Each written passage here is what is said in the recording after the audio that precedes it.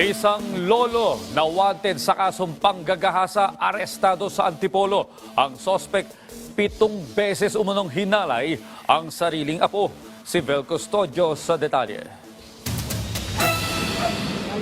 Natapos ang kalahating dekadang pagtatago ng lolong ito, nalambat siya ng pulis sa mismo niyang bahay sa Antipolo, Rizal.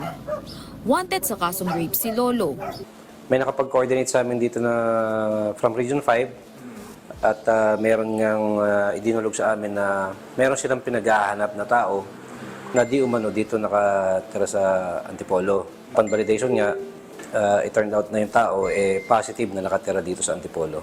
Biktima raw ng senior citizen ang mismong apo. 7 beses umanong hinalay ng 75 taong gulang na suspect ang menor de edad. Itinanggi naman ng lolo ang paratang. Dinala lang daw sa Maynila ang mga apo para mag-aral. Wala umuna siyang ideya kung bakit idiniin siya ng manugang sa panggagahasa sa sarili niyang apo. Sabi ko, bakit nangyari yan gano'n? Nasamantalang yung mga anak ko ngang doon na sa akin pang-asawa, hindi ko nagawaan ng gano'n. Anong nasagap nilang hangin na masama? Kaya nagtaka ko doon.